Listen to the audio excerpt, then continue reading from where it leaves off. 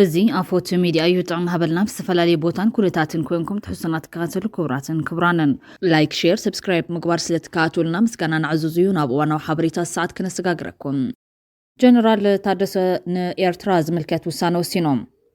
ብኻሊ ወገን አብይ አሕመድ ናብ መቐለ ልኡኽ ከም ዝልእኽ ተፈሊጡሎም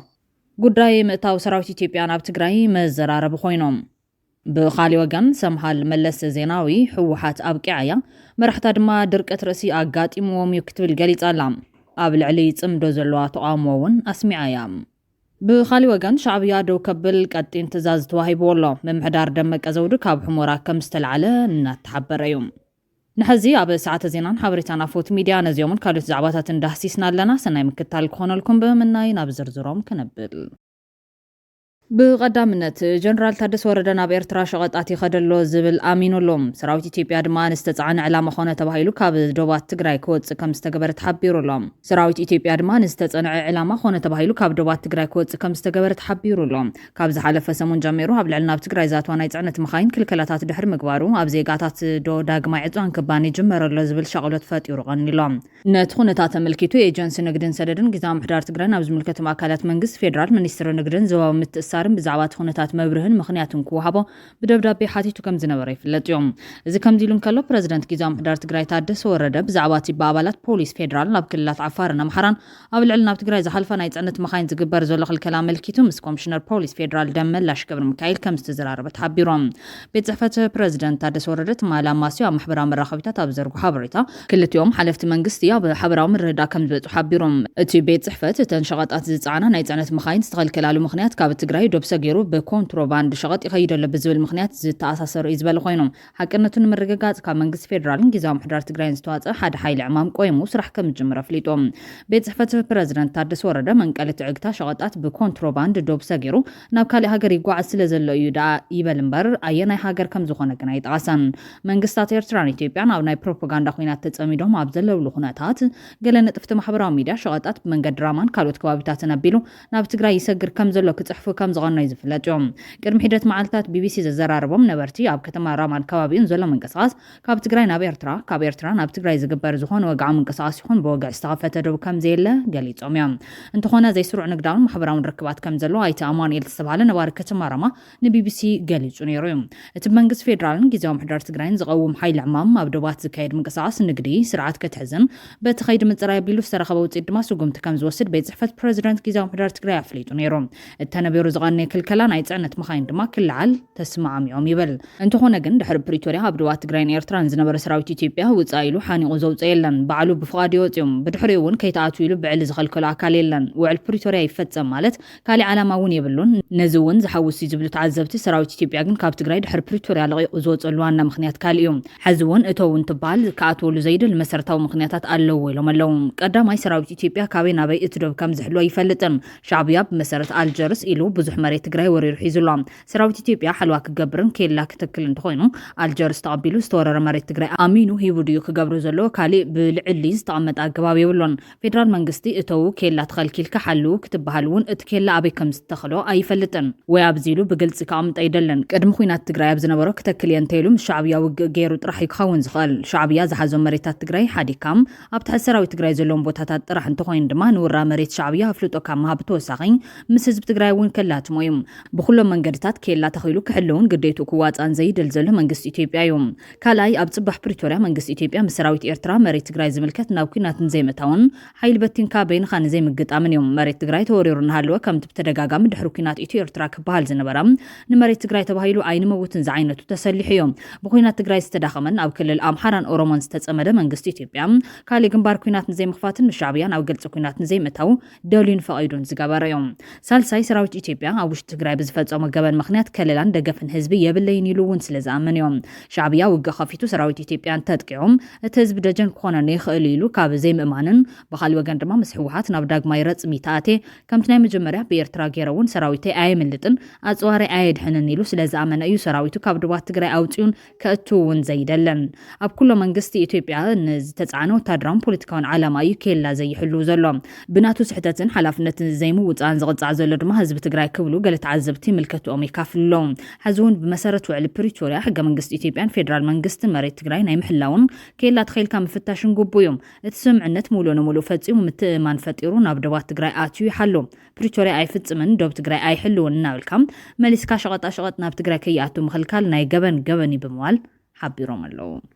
بخالي اوانا وزعبا سمهال ملس زيناوي او لعل مراحت حوحات بعلي تقامو سمعام قداي حوحات زبقع يختبلون قاليص علام حز له غزا درب تግራይ نتግራይ سلام زيدلي دلاي كوينات خوين يكتبل سمهال ملس زيناوي قاليصام حز له اياتاتنا ابزبنم صبو سرح سريحهم يوم حز ግን موداتهم كبلاشون تدلهم نسو مسلميو ناتي مصاي ناي مبلشاو مسل ግን يبلومن اي فقدلومن ون ولدنا نمكر كتبل قاليصام سمع بريتوريا خلته مسرتاو صقمات كم زلو وتغلጽ سمهال بوزحات تساتفت زنبرلو وግ بخلته አካላት ጥራሕ ክውዳ ምግባሩ ውግ ክልል አምሓራት ስምዕ ጸቢብነት ማለት እውን ዝሓቆፍ ምዃኑ ዘስዓቦ ኩናት ምዃኑን ትገልጽ ካሊት ዝተመረጸ መንግስቲ ዝብል ምፍራስ እውን ነትሕዛኣቲ ናይ ዘለና ምብትታን ምፍጣር እውን ሓቢራ ብሓፈሻ ስምዕ ፕሪቶሪያ ዘምጽኦ ሰላም ከም ዛይድ ብምግላጽ ክዕቀብ ከም ዘለዎ ድማ ሓቢራ ኣብ ትግራይ ንሕድሕድካ ዝግበር ኩናት ከም ዘይትድግፍ ትገልጽ ሰምሃል እዚ ብህጹጽ ደው ክብል ከም ዘለዎን ሰላማዊ መማረጽ ቅድሚያ ክወሃብ ከም ዘለዎን ተዛሪባ ኣብቶም ዓበይቲ ተስፋሲ ነየ ንመንእሰያትና ግና ንንባዕልና ከዳሚና ዝሓስቡ ዘለዉ ነው ክንብሎም ኣለና ናያታትና ንምከሮም ክትብል ሓቢራ ኣብ ትግራይ ሕዝውን ተኾነ ካብ ኢትዮጵያ ብዝሐሸ መልክዑ ናይ ምዝራብን ምንቅስቃስን ጥጡሕ ባይታ ከም ዘሎ ተኣምን ሰምሃል ተኣምቱ ውድባት ኣብ ህዝቢ ተቐባልነት ኣይረኸቡን ክትብል ተሰሚዓ እንተኾነ ግን እቶም ተኣምቱ ውድባት ብሰንኪ ድሕር ፖለቲካዊ ስርዓት ሕወሓት ኣብ ባይታ ብነፃነት ክንንቀሳቀስ የካልናን ክብል ክስ ከቕርቡ ብተደጋጋሚ ይስምዖም ኣብ ትግራይ ዘሎ ዝኾነ ኣካል ሰላም ኣይደልን ዝብል እምነት ከም ዘለዋ ትገልጽ ሰምሃል ብፍላይ ድማ መራሕቲ ሕወሓት ምስ ናይ ምዕራባውያን ዝስማዕማዕ ርዕዮተ ዓለም ስለዘይብሎም ምዕራባውያን ስምዕ ፕሪቶሪያ ኣብ ክንዲ ክትግበር ዝሰርሑ ስምዕ ፕሪቶሪያ ከም ትሕጃ ከም ዝጥቀምሉ እያ ትሕበር ብዝበለጸ ድማ ብወገን ጌታቸው ኮነ ብወገን ደብረጽዮን ዝነበሩ ሕወሓት ሰላም ስለዘይደልዩ ድጋፍ ማሕበረሰብ ዓለም የስእነና ለክትብል ገሊጻ መራሕቲ ትግራይ ብፖለቲካን ዲፕሎማሲያውን ከይደን ተሳዒርና ኢሎም እዮም ዝኣምኑ ዝበለት ሰምሃል መለስ ኣነ ግን መራሕቲ ትግራይ ብኹይናት እውን ተሳዒሮም እዮም ኢለ እየ ዝኣምን ክትብል ተዛሪባ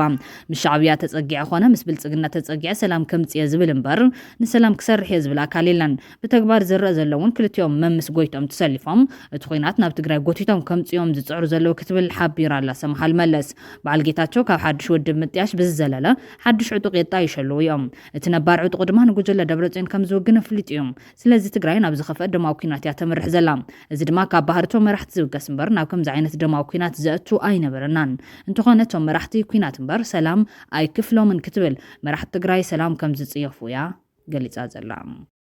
ኣፎት ሚድያ ናብ ዘዋደዶ ካሊ ሓበሬታ ተሰጋጊርና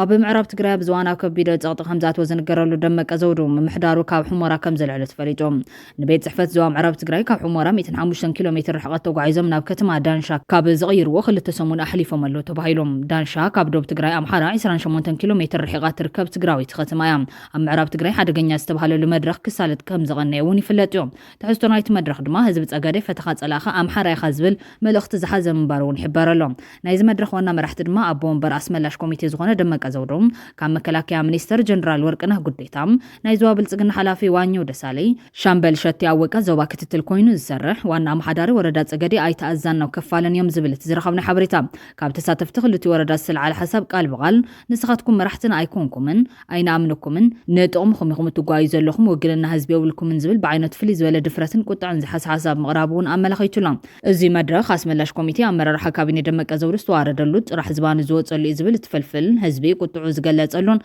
ንኣባላት ኣስመላሽ ኮሚቴ ዘጠንቀቐሉ እዩ ነይሩ ኢሉሎም ናባላት ኣስመላሽ ኮሚቴ ዘጠንቀቐሉን እዩ ነይሩ ኢሎም ብስም ኣስመላሽ ፍሉይ ልእኽቶ ተዋሂብዋ ኣጀንዳ መንነትን ወሰንን መሳሰይቲ ዝኾኑን ኣብ ልዕሊ ህዝቢ ጸገዴ ኩሉ ዓይነት ግፍዕን በደልን ዘውርድ ዘለው ከምኡውን ህዝቢ ምዕራብ ትግራይ ብፍላይ ህዝቢ ጸገዴ ሓቀኛ መንነቱ ባህሉ ታሪኹ ኣብ ዋጋ ዕዳጋ ክወድቕ ብጸላቱ ክርገጽ ክብሩን መንነቱን ክገሃስን ለይትን ቀትርን ምስ ጸላት ዝሰርሑ ዘለው ዕሱባት ከም ዘለው ተገሊጾም እዞም ብሓይሊ ኣምሓራ ዝተዓሰቡ ኣመራርሓ ህዝቢ ኣብ ዘይኣመነሉ ብግዲ ፍተው ጽላ ካብ ዝበልና ካይትወፅን ሰጥለጥ ኢልካ ትግዛእ ብምባል ንባዕሎም ተዋሪዶም ነቲ ጅግና ህዝቢ ዞባ ምዕራብ ትግራይ ብፍላይ ድማ ንህዝቢ ጸገዴ ክዋረድን ብጸላት ክበሳበስን ገይሮም ተባሂሎም ምልሻ ምዕራብ ትግራይ ንጻውዒት ክተት ደመቀ ዘውዱ ሙሉ በሙሉ ተቃይሞም ወለው ድሕር ምባል ድማ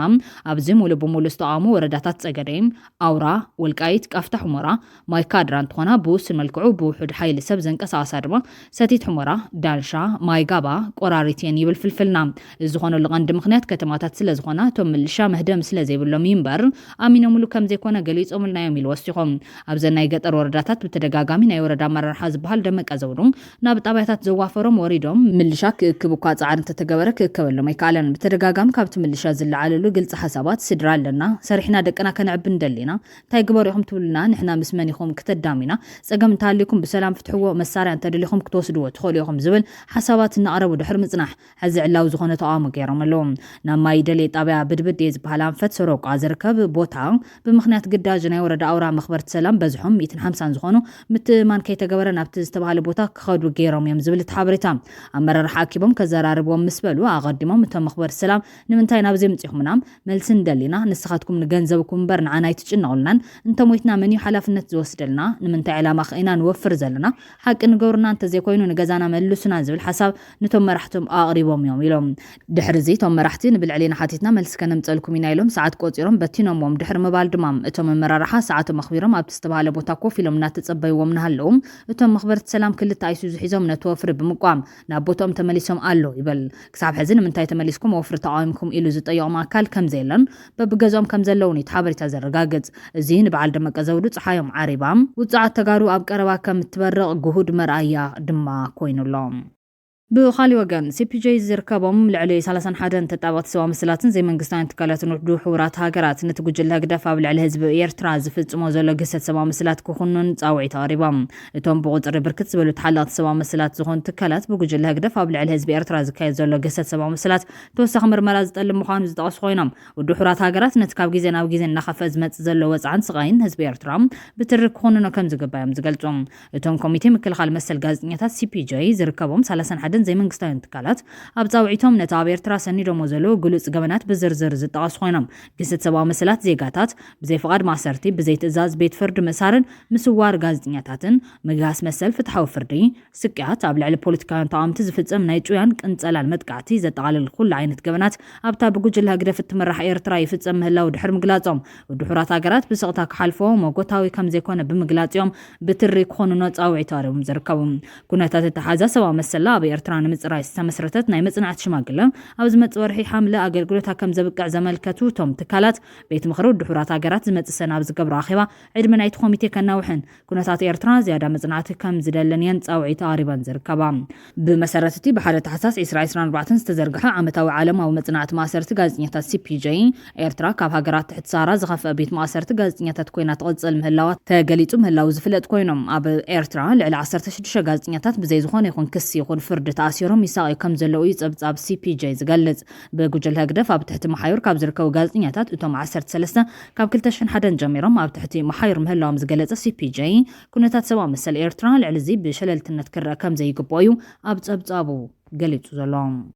ዋና ኮሚሽነር ሃገራዊ ኮሚሽን ዘተ ኢትዮጵያ መስፍን ኣርኣያ ምስ ምእካብ ኣጀንዳ ሃገራዊ ዘተ ዝተዛመደ ኣብ ቀጻሊ ክልል ትግራይ ተበጽሐ ምግባር ክንሰርሕ ኢና ኢሎም እቲ ዘተ ሓዋፍ ስለ ዝኾነ ክልል ትግራይ እንተሓዝና ናይቲ ዘተ ዕውትነት ኣይሕሰብን ክብሉ ገሊጾም ስለ ዝኾነ ክልል ትግራይ ተበጽሐ ንምግባር ኣብ ቀጻሊ ኮሚሽን ዝሰርሖ ተግባር ኢሎም ኣሎ ከምኡውን ኣብ ወጻኢ ዓዲ ምስ ዝነብሩ ኢትዮጵያውያን እውን ኣጀንዳ ናይ ምእካብ መርሃ ግብሪ ክካየድ እዩ ክብሉ ገሊጾም ብኻሊ መዳይ ኣብ ዕድቂ ቃልሲ ዘለዎ ወገናት ናብ ዕድቂ ቃልሲ ዘእትውዎም ኣጀንዳታት ናብ መድረኽ ዘተ ንከእቱ ጻውዒት ተቐሪቦም ኣለዉ ሎሚ ዝተዛዘመ ኸይዲ ምእካብ ኣጀንዳ ትካላትን ማሕበራትን ፌደራል ምርካብ ኣጀንዳ